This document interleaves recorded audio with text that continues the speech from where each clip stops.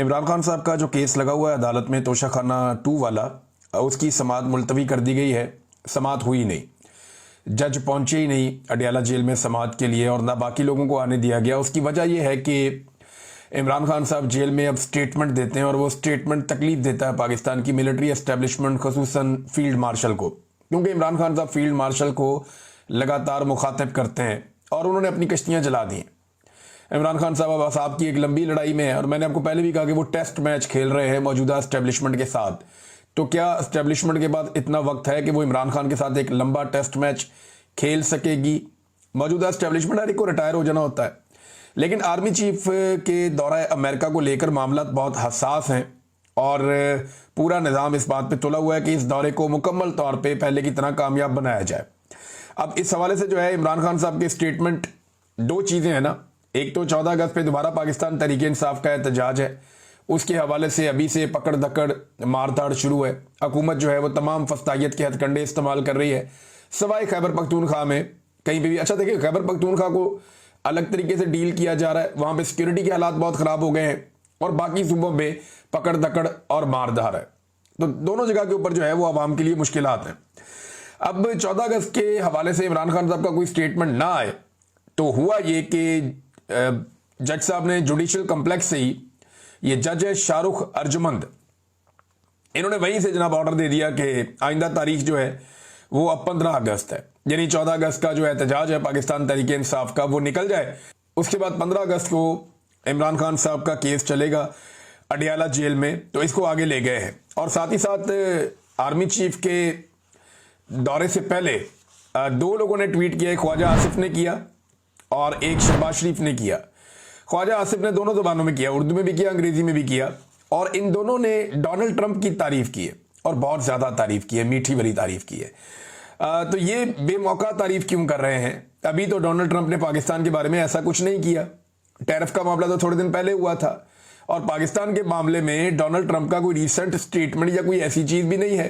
लेकिन अजरबैजान और आर्मीनिया को लेकर पाकिस्तान के वजीर दिफा और पाकिस्तान के वजीर आजम दोनों ने एक एक ट्वीट किया है। बाकी दुनिया को इस बात की इतनी परवाह नहीं है, लेकिन पाकिस्तान इस वक्त अमेरिकी कैंप में पूरी तरह से डोनाल्ड ट्रंप की गोद के मजे ले रहा है और पाकिस्तान के वजीर दिफा और वजीर आजम ने उस वक्त डोनाल्ड ट्रंप की तारीफों के पुल बांधे हैं जिस वक्त फील्ड मार्शल जो है वो अमेरिका जा रहे हैं।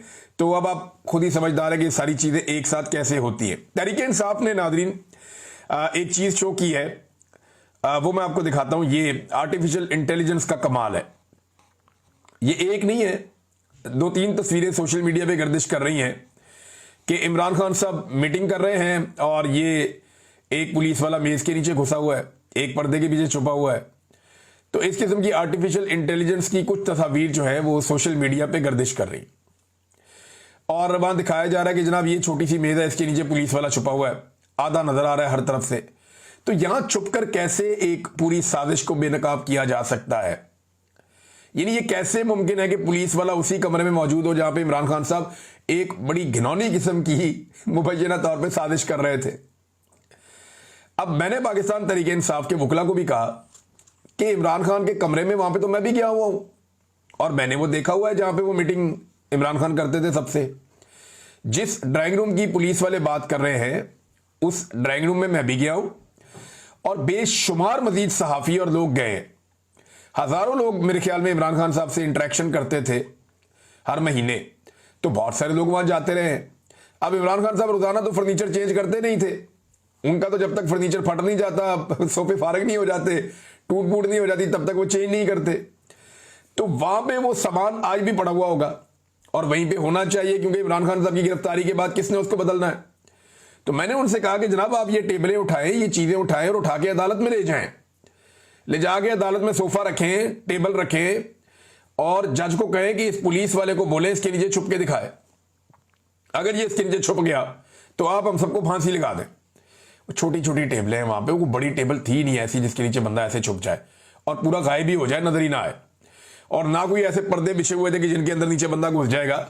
ये कोई शादी वाला वो माहौल तो नहीं बना हुआ था कि बड़े से हाल के अंदर बहुत बड़ी बड़ी गोल टेबलें होती हैं जिनके ऊपर पूरे पूरे पर्दे लटकने होते हैं, जिनके नीचे अंदर बंदा घुस जाए तो बंदा बाद में नजर नहीं आता है। कोई डाइनिंग टेबल जैसी सूरत हाल हो कि बहुत बड़ी कोई डाइनिंग टेबल है जिसके नीचे बंदा घुस जाए तो वो अंदर नजर नहीं आता, किसी के पैरों पे भी टच नहीं होता। बड़ी अजीबोगरीब किस्म की ये कहानी सुनाई गई है और अदालत ने इस कहानी पे यकीन करते हुए फैसला भी दे दिया। अब आर्टिफिशियल इंटेलिजेंस के जरिए से जो काम पाकिस्तान तहरीक इंसाफ कर रही है, ये काम पाकिस्तान तहरीक इंसाफ प्रैक्टिकली कर सकती थी। अभी भी उठाएं टेबल सामने रख के अलीमा खान प्रेस कॉन्फ्रेंस करें कि ये वो टेबल है जिसके नीचे पुलिस वाला छिपा हुआ था।